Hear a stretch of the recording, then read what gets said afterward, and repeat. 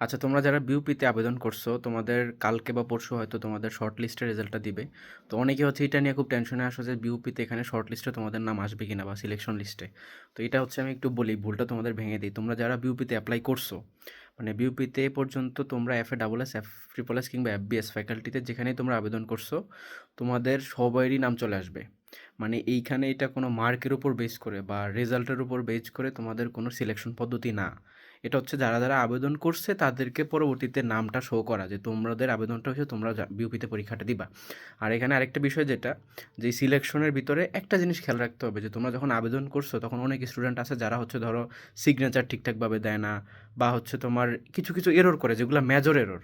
যদিও ওইগুলোও অনেক সময় স্কিপ করে তোমাদের নাম চলে আসে, বাট ধরো কেউ অনেক মানে খুবই কোনো ফর্ম ফিল আপ করে নাই কিন্তু টাকা পাঠায় আবেদন করছে, ঠিকঠাকভাবে আবেদন ফর্মটা ফিল আপ করে নাই, সাকসেসফুল হয় নাই, তখন সেক্ষেত্রে তার নামটা এখানে নাও থাকতে পারে বা সে বাদ হইতে পারে। বা অনেকে অ্যাপ্লাই করছে কিন্তু টাকা পে করে নেয় বা এরকম কিছু এরর যদি হয় তাহলে প্রবলেম। কিন্তু যাদের সাকসেসফুলি এই আবেদনটা কমপ্লিট হয়েছে তাদের সবার নাম চলে আসবে, অর্থাৎ এটা কোনো সিলেকশন পদ্ধতিই না।